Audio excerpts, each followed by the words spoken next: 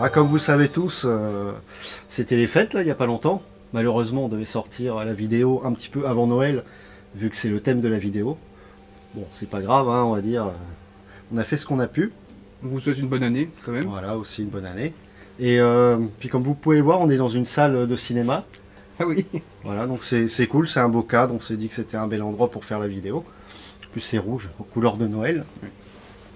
Donc bon bah c'est vrai que la période des fêtes c'est souvent une occasion pour regarder les classiques de Noël. Donc bon, par exemple tu vois, Gremlins, par exemple ce genre de choses. Vraiment j'ai raté l'avion, ouais. Voilà, même Piège de cristal que certains considèrent comme un film de Noël. Voilà. Ou La vie est belle, hein, pour citer un plus grand classique. Voilà. Mais nous, vu que nous on parle plus de bis, on vous a choisi 3 films Et demi. et demi, voilà. Donc un peu moins connus. Et donc voilà, on va essayer de vous en parler. Pour ceux qui ont bonne mémoire, en décembre 2018, on avait fait une soirée Noël en fait, où on avait à la base programmé 2 films, donc il y avait Black Christmas Voilà. et 3615 Code Père Noël. Donc on avait eu des petits problèmes de programmation, donc on avait remplacé par Christmas Evil. Voilà, c'est ça. Mais du coup on va quand même vous parler du film, parce que c'est un film qu'on aime bien et Oui, qui mérite d'être connu quand même. qui est intéressant. Donc c'est un film qui est sorti en 90, c'est un film français qui a été réalisé par un certain René Manzor. Voilà, c'est ça. Alors qui est René Manzor?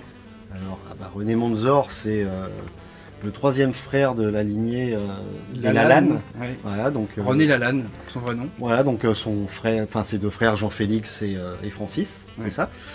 Alors il a changé son nom pour le cinéma. Bon, je pense pas que ça le gênait d'être raccordé à Lalanne, mais bon, peut-être qu'il voulait faire son propre chemin. Et donc il a un parcours intéressant parce qu'il a commencé avec pas mal de séries télé. Il a fait énormément de séries télé dans sa carrière. Mais en 1986, il réalise un film qui a été nommé Avoriaz. Je sais plus s'il a eu le prix, je sais plus, mais il s'appelle Le Passage, où il fait jouer notamment Alain Delon. Donc voilà, qui est un film quand même intéressant et pas courant dans le cinéma français. Et donc en 1990, il nous fait 3615 Code Père Noël. Donc c'est la 2e fois qu'il fait jouer son fils, voilà, qui joue l'acteur principal, donc c'est un enfant. Le film rappelle énormément, forcément, Maman j'ai raté l'avion, parce que c'est un enfant qui est seul face à des personnes, enfin là c'est notamment une personne Malveillante quoi. voilà, malveillante. Ouais. Il fait des pièges aussi. Ce qui rappelle le film un peu pareil. Voilà, c'est ça. Alors il y a pas mal de alors c'est marrant parce que les 2 films sont sortis la même année, donc on sait pas s'il a pu. C'est marrant que les 2 ont eu l'idée au même moment. Sauf que là, le méchant, enfin l'antagoniste du film, c'est une sorte de SDF qui se déguise en Père Noël. Parce qu'il a été viré par la maman du gamin et du coup il décide d'aller se venger. Et alors il vit dans un château absolument énorme. Et en gros il n'est pas seul. Ce soir-là il est avec son papy qui est complètement gâteux en fait. Et lui il a plein de gadgets. Alors c'est un génie de la mécanique alors qu'il a 9 ans je crois. Il a plein de jouets, des pièges dans la maison, des trappes et tout. C'est un film quand même assez original, je trouve, pour l'époque. Ouais, c'est presque une comédie par moment. Reste une comédie, mais ça reste que quand même le Père Noël. Enfin, il y a beaucoup de scènes choc en fait. Je pense qu'on montre ça à un enfant. Enfin, moi, je pense qu'il est traumatisé. Et d'ailleurs, l'enfant finit traumatisé à la fin du film. Oui. Et ça finit pas sur une bonne note, quoi. C'est ça qui est original. Et contrairement à Maman, j'ai raté l'avion, là, l'enfant se fait blesser, il saigne. Enfin, il en sort choqué, quoi. Vraiment, voilà, c'est assez original. Il y a la musique aussi qui est du film. Donc, c'est une musique originale qui a été composée par son frère, du coup, Jean-Félix Lalanne. Et il a réalisé un clip vidéo en fait de la musique parce qu'elle est interprétée par Bonnie Tyler. Donc voilà, donc il reprend les codes du film et puis on la retrouve au générique. Alors du coup, au casting, on peut retrouver un acteur qui s'appelait Patrick Florsheim, qui est né en 1944 et qui nous a quittés en 2016, à l'âge de 71 ans. Alors souvent on connaît pas trop sa tête, mais on connaît surtout sa voix parce que c'est un acteur immense dans le doublage français. Il a notamment interprété, doublé Robin Williams à ses débuts. Ah, ça oui, je fais des voix. Je ne comprends pas, vous faites des voix. Oui, madame, je fais des voix. Votre planète abrite-t-elle des créatures intelligentes? Pas du tout, partant. Je débarque, Amérique. Alors, blanc, mariage. Je te veux, j'ai envie de toi. C'est un contrat de plusieurs millions qui vous ouvrira les portes de la haute société new-yorkaise. Eh ben, faut qu'elle signe le chèque, vous parlerez d'amour plus tard, patron. Ed Harris, même Schwarzenegger au début, il a fait aussi Kurt Russell, Dennis Hopper, enfin vraiment beaucoup de personnages. Et là il joue le méchant en fait, le SDF qui se déguise en Père Noël. Voilà, qui est complètement psychotique dans le film. Vraiment, il a une présence comme acteur et il parle pas beaucoup par contre dans le film, mais on reconnaît sa voix quand même. Ça... Mais il a pas besoin en fait de parler, il est effrayant quoi. Puis il est fou en fait, c'est vraiment le côté, il joue bien la folie quoi. Alors pour ceux qui connaissent la série Highlander, qui a suivi les films après Christophe Lambert, René Manzor a réalisé un épisode. Et dedans il y a justement Patrick Florsheim qui fait je crois un policier, un truc comme ça je crois. Bah, c'est marrant, je pense qu'ils ont resté en bon terme quoi, parce qu'il l'a repris dans la série, qui est une série américaine quoi, je crois, donc c'est ça qui est marrant quoi. Et donc il y a une autre grande actrice quand même qui joue dans le film, qui joue la maman, alors on la voit un petit peu, mais c'est assez surprenant de la voir dans ce film-là quand même, qui est quand même assez bis, hein, voilà, qui est assez particulier. C'est Brigitte Fossey. Alors Brigitte Fossey, je pense que donc c'est une actrice française donc, qui est née en 1946, et elle a débuté sa carrière très tôt, en 1952, dans Jeux interdits en fait, où elle joue une gamine, donc du coup elle a 6 ans, et qui est un film absolument, enfin vraiment sublime. Sa prestation est d'un naturel incroyable. Et vraiment, on voyait que déjà à cet âge-là, elle était destinée pour être une actrice. Et du coup, ensuite, elle a forcément enchaîné beaucoup de films. Alors, je peux vous en citer quelques-uns. Ah oui, parce qu'elle a beaucoup joué avec Bertrand Blier. Donc, on peut la retrouver dans Les Valseuses et aussi dans Calmos. Voilà.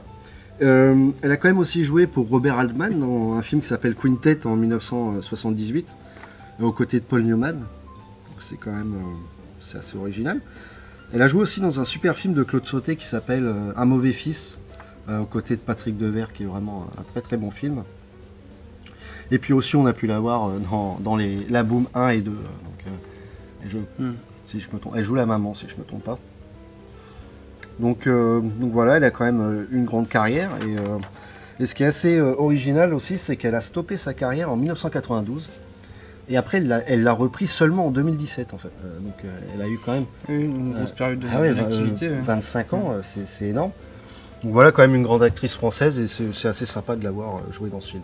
Alors, pour revenir sur René Manzor, on disait tout à l'heure qu'il a réalisé beaucoup d'épisodes de séries télé. Voilà. Donc on peut en citer quelques-unes parce qu'il y a quand même des trucs assez connus. Notamment la série Les Aventures du jeune Indiana Jones, qui est assez marrant. Donc il a fait 2 épisodes. Highlander, comme on disait tout à l'heure.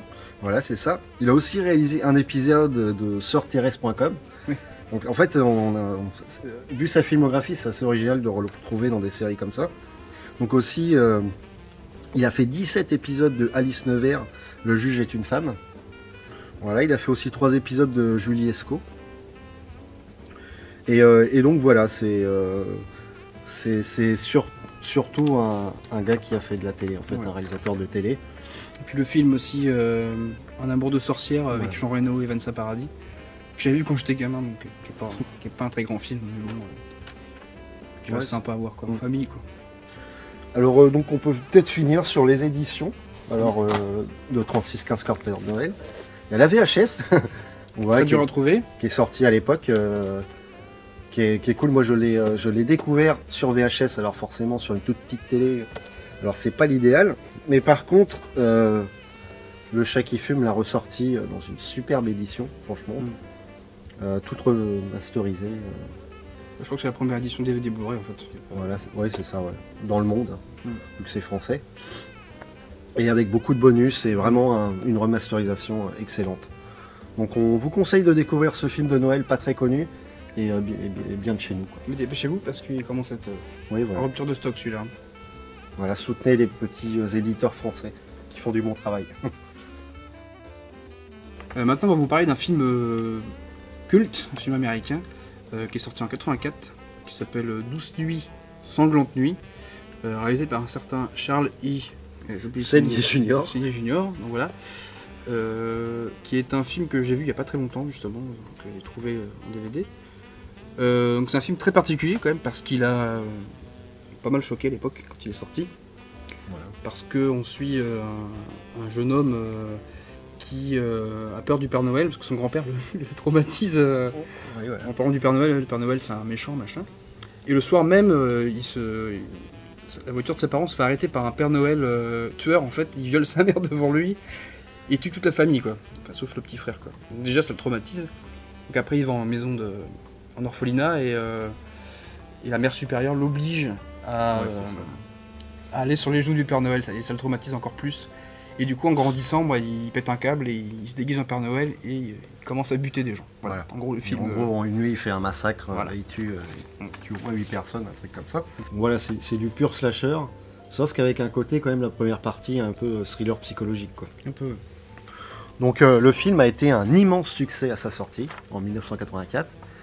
Il est sorti la même année que Les Griffes de la Nuit de Wes Craven, et il a fait un meilleur départ. En fait. Sauf qu'au bout de 2 semaines d'exploitation, c'est en fait l'association des parents qui se sont rebellés contre le film, parce qu'en fait la bande-annonce du film passait entre les pubs de jouets en fait en quelque sorte, et même la bande-annonce était assez violente. Et du coup ils ont réussi à faire retirer le film des salles. Mais le film avait quand même rentré dans ses frais et a eu un gros succès après en vidéo par la suite. Et je pense que c'est aussi toute sa réputation qui l'a rendu aussi culte. Donc, parce qu'en vrai, c'est un slasher plutôt mineur. Mais cela dit, l'ambiance de Noël est assez bien retranscrite et c'est assez cool. Oui, c'est un film à voir. Ouais, voilà, c'est assez cool de voir un mec habillé en Père Noël massacrer des jeunes, quoi. Oui, on s'attache au personnage, mine de rien, quand même, hein, je trouve. Oui, il a oui, on lui en veut pas. Il a des circonstances assez atténuantes. C'est ça. Donc au niveau du casting, il y a quand même une actrice intéressante qu'on retrouve, qui s'appelle Linnea Quigley. Alors c'est une actrice américaine qui est née en 1958 dans l'Iowa. Et en fait, elle a commencé par des photos de charme en fait pour Playboy, ce genre de choses. Voilà, donc comme je disais dans les années 70. Et elle a tout de suite été remarquée et prise dans des films de série B américaines, notamment dans les années 80 où elle a énormément tourné. Elle a joué dans plus de... Je crois que c'est pas loin de 100 films dans sa carrière. Alors c'est beaucoup de films direct to DVD. Alors la plupart du temps elle joue beaucoup de sa plastique parce que c'est une fille assez menue, avec quand même assez jolie on peut le dire, avec des formes plutôt généreuses on va dire. Alors pour vous citer quelques films dans lesquels elle a joué. Elle a fait beaucoup de slashers forcément, donc Le Piège, qui est un très bon film d'ailleurs, qu'on vous conseille. Graduation Day aussi. Elle joue aussi dans un film qui s'appelle Les Rues de l'Enfer en 84, où elle joue la sœur de Linda Blair dans le film. Donc voilà. Et surtout, ensuite, c'est 12 nuits sanglantes nuits. Elle a vraiment explosé là par contre, en 1985 dans... Le Retour des morts vivants de Dan O'Bannon. Voilà, c'est ça. Scène mythique de striptease dans le cimetière. Voilà. Ouais. J'aurais bien aimé vous la montrer, mais je sais pas, avec les censures YouTube, on va peut-être avoir des problèmes. Essayer, là. Voilà, c'est bien plus bas, je pense. Là. Mais la scène est assez fantastique quand même et très très mémorable. Donc ensuite, voilà, elle a aussi, on peut citer Flic ou Zombie, Hollywood Chainsaw Hooker. Voilà, elle a fait vraiment une grosse carrière, quoi. Et aussi Le Cauchemar de Freddy. Donc, Oui. et aussi, il y a un autre film de maison hantée qui est très cool, qui est sorti en 88, dans lequel elle a joué, c'est La Nuit des démons. Voilà, que je vous conseille, qui est très sympa. On peut quand même dire qu'elle détient le record de longueur, enfin le cri le plus long, 90 secondes. Voilà. Ce qui est un record, du coup, ce qui lui a valu être considérée comme la reine des Scream Queens.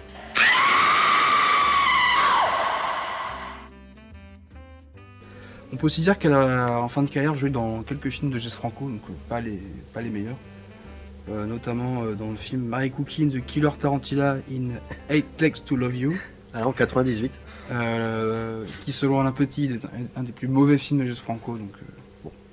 Voilà, mais bon, Donc, voilà. Elle a joué pour Jess Franco. Voilà. C'est On a fait 2 avec lui. Voilà. Donc, On a aussi pu la voir dans quelques clips de musique, parce qu'elle-même était chanteuse-guitariste. Voilà, dans un groupe qui s'appelle The Skirt. Ouais. Skirt, pardon.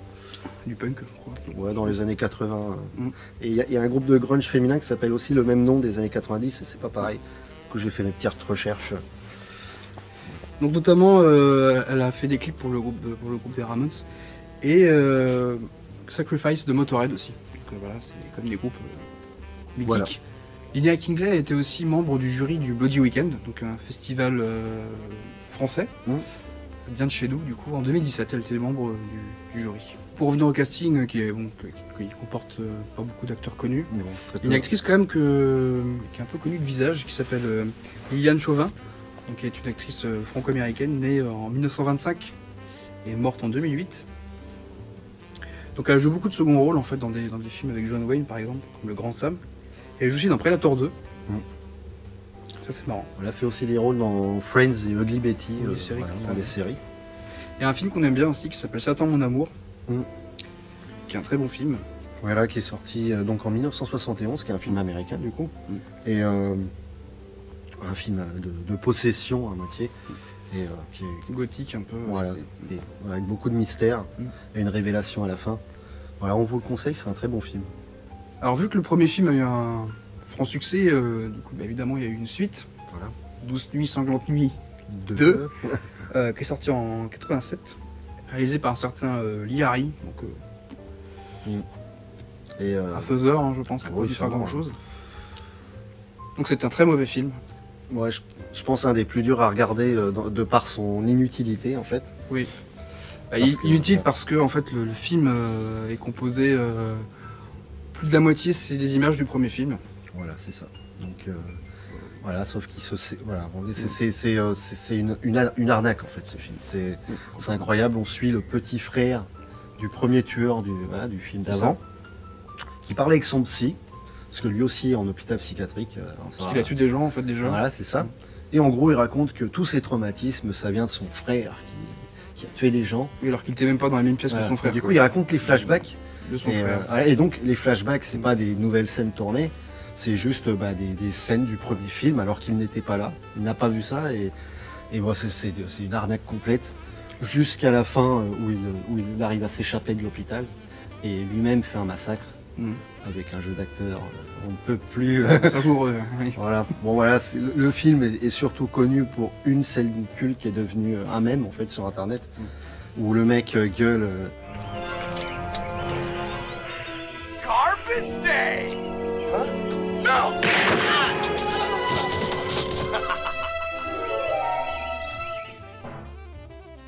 Mais le film est une purge aussi. Donc C'est une purge, mais mine de rien. c'est- On peut quand même dire aussi que les acteurs du 1 et du 2 ont fait qu'un film ou deux, donc ça n'a pas dû les aider beaucoup de jouer là-dedans. Mais il y a eu quand même des suites encore après. Oui, Des directs vidéo, dont un qui a été réalisé par Brian Yuzna quand même.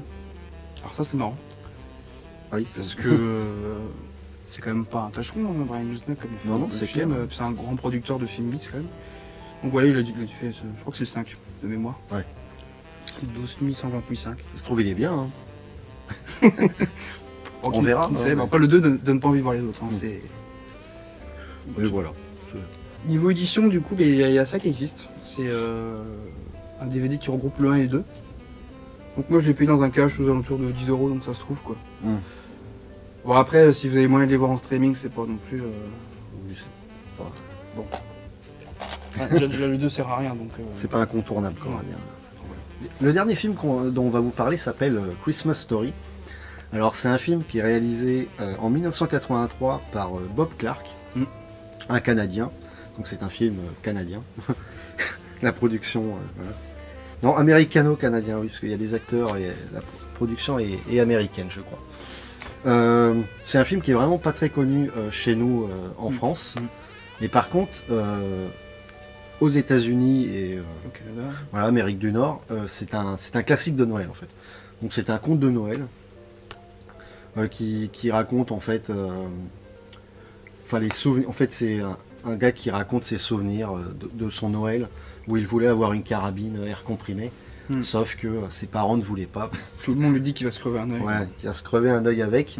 Et donc c'est vraiment un film qui se passe la semaine d'avant Noël, c'est un conte, quoi. Donc c'est très tendre, Très naïf, mais c'est un peu burlesque et parfois un peu cruel quand même. Il y a des scènes qui surprennent, on va dire, qui cassent un peu le genre. Parce qu'il faut savoir que Bob Clark, c'est quand même un réalisateur qui est très habitué au cinéma d'épouvante. Donc il a réalisé le Black Christmas notamment, hein, un autre film de Noël qu'on avait passé. et qui a du coup plus grand chose à voir avec Christmas Story. Et aussi des films comme Le Mort-Vivant, donc qui est habitué au cinéma très bis. Et pour le coup là, le film est pas très bis en fait. C'est un bon film je trouve pour regarder avec la famille. Comme je disais, c'est un film qui est très connu aux États-Unis. Et tous les ans, il y a une chaîne américaine qui le passe 12 fois, je crois, en une journée, le jour de Noël, en fait. Ouais, en gros, il passe pendant 24 heures à la suite. Ouais, nous, on ferait pas ça, mais eux le font, pour dire à quel point c'est un film culte là-bas. Donc, le personnage de la mère est interprété par une actrice américaine qui s'appelle Melinda Dillon. Et donc, elle a quand même, elle a joué dans beaucoup de téléfilms, mais aussi pas mal de films au cinéma assez importants et assez connus. Donc, on peut citer En route pour la gloire de Hal Ashby, qui est un super film sur la vie de Woody Guthrie. La Castagne, un film de hockey sur glace de George Roy Hill, une comédie complètement hystérique mais très drôle avec Paul Newman, que je vous conseille aussi, en 77. Elle a joué quand même pour Rencontre du troisième type de Spielberg, donc en 77. Et elle a notamment été nominée aux Oscars pour ce rôle, en tant que second rôle. Ensuite, elle a joué un film aux côtés sur les syndicats aux États-Unis, aux côtés de Stallone, qui s'appelle Fist. Bon, je pense que ça se dit plus F-I-S-T, parce que c'est vrai que sinon c'est un peu... Donc en 1983, A Christmas Story. Ensuite, en 1990, un film assez bis de super-héros, Captain America, donc. En 99, alors là, un super film de Paul Thomas Anderson, Magnolia. Et ensuite, on pourra la voir en 2012 dans un film qui s'appelle Jusqu'à ce que la mort nous sépare. Alors dans le rôle du père, il y a un certain Darren McGavin, donc un acteur américain, qui est assez connu mine de rien, qui a une gueule en fait. On a pu le voir dans des films comme L'homme au bras d'or de Otto Preminger ou Le naufragé du 747, Le meilleur, Le contrat. C'est le film où je le connais le plus en fait. Moi, avec Arnold Schwarzenegger. Ouais, c'est ça. C'est pas un très bon film. Mais... Non, pas terrible. Non, c'est pas. Il a joué dans Flic aux zombies aussi. Ouais, et aussi dans Captain America. Donc voilà, c'est marrant, aux côtés de l'actrice d'avant, Melinda Dillon, donc qui a un film de Albert Puin. Voilà. Alors si vous le regardez en VF, vous pourrez reconnaître la voix de George Aminel, donc qui était le doubleur de Gros Minet et surtout de Dark Vador en fait, qui est la voix, une voix qu'on reconnaît vraiment tout de suite. Donc dans le rôle de l'enfant, c'est un acteur qui s'appelle Peter Billingsley. Donc c'est un acteur qui est devenu ensuite producteur, monteur, réalisateur et scénariste américain, qui est né en 1971, pardon. Donc il avait donc 12 ans. Donc il a fait quelques films dans ses débuts de carrière, même avant Christmas Story. Donc on peut citer Honky Tonk Freeway de Josh Schlesinger. Il a joué aussi dans un épisode de La petite maison dans la prairie. Voilà. Aussi dans un film qui s'appelle Madame est servie en 1985. Ensuite, il a aussi fait un autre film de Noël qui s'appelle Elf de Jon Favreau en 2003. Et aussi dans Iron Man de Jon Favreau, toujours, sorti en 2008, où il joue un scientifique à l'arrière dans un plan. Et ce qui est drôle, c'est qu'il adore jouer les scientifiques derrière, parce qu'en 2019, il joue aussi un scientifique dans Spider-Man Far From Home de John Watts. Alors en tant que réalisateur, il a réalisé 2 films assez mineurs, mais un qui est quand même assez connu, qui s'appelle Thérapie de couple, qui est donc en 2009, une comédie mais à chier, avec Jean Reno en slip. Ah putain. Ôtez vos masques. Je vous conseille, enfin, rien que pour se marrer, c'est assez drôle. Et avec Matthew Vaughn, qui est pourtant un très bon acteur, mais là il joue comme une merde. Enfin, pardon, j'aime pas être désobligeant, mais le film est vraiment nul. Donc, mais c'est assez drôle qu'il ait réalisé ça, quoi. Du coup, pour finir le casting, on peut parler d'un autre acteur qui incarne un sale gamin, quoi, qui est assez mauvais avec les autres, quoi, qui est craint par tout le monde en fait. Voilà, c'est ça, qui tabasse tout le monde. Alors cet acteur, c'est Zach Ward, qui est un acteur canadien. Et on peut dire quand même qu'il a été choisi sur 300 enfants quand même. Donc, Il a au une tête à casting, claque, quoi. C'est le petit roux, vraiment ouais. une tête à claque. Avec le physique complètement, ingrat, quoi. Puis avec son chapeau, avec le Davy Crockett, il a vraiment une tronche particulière. Donc il est un peu abonné au mauvais film, quand même, cet acteur. Oui, et puis beaucoup de séries télé aussi. Donc on va vous en citer parce que c'est Bon, bah, c'est intéressant. Christmas Story, du coup, c'est son premier film. Voilà. Après, il a enchaîné avec des films comme ça, Freddy contre Jason, voilà, qui est vraiment pas un bon film. Resident Evil Apocalypse, bon, pareil. Transformers, Postal de Uwe Boll. Oui, il a fait quelques films avec Uwe Boll. Il en a fait un autre aussi, Blood Rain 2, Deliverance. Vraiment. Et en série télé, par contre, il a fait vraiment des trucs connus. Complètement. La série télé Vendredi 13, qui n'a rien à voir avec Jason Voorhees. Sliders, Walker Ouais. Texas Rangers. Alors souvent il apparaît juste dans un épisode, il joue un personnage. Voilà. C'est ça. Sentinelle, le caméléon, au-delà du réel. Spy Girls, Lost. Ouais. Charmed, NCIS, Les Experts, Cold Case, Mentalist. Voilà. American Horror Story. Voilà, et du coup aussi il apparaît dans le jeu Postal 2, il y a un gros clin d'œil. Il joue son personnage en fait, qui apparaît avec une armée de rouquins en fait. Voilà. Bon, c'est un jeu qui se prend pas au premier degré, hein, bien sûr. Comme le film, bon, sauf que le film est nul, mais contrairement au jeu. Donc voilà, vous aurez quelques films à regarder pour Noël, bon l'année prochaine du coup, parce que là c'est un peu râpé pour cette année, mais bon c'est pas grave, on peut même les regarder en été, c'est toujours sympa. Et allez, pour finaliser, un petit dernier film bonus qu'on a passé du coup ici, Christmas Evil, un film de Lewis Jackson, c'est sa seule réalisation, que beaucoup de gens n'avaient pas trop aimé. Et moi pourtant j'aime bien ce film, c'est très très bis, ça n'a pas de thune. Et c'est pareil, c'est un Père Noël qui devient fou et qui tue des gens. Mais ce film est surtout cool pour une scène quand même, où le mec gueule Merry Christmas. On va essayer de vous mettre cet extrait pour finir la vidéo de ce film comme ça, qu'on vous conseille.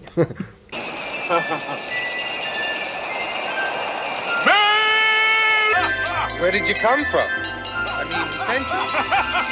Merry Christmas!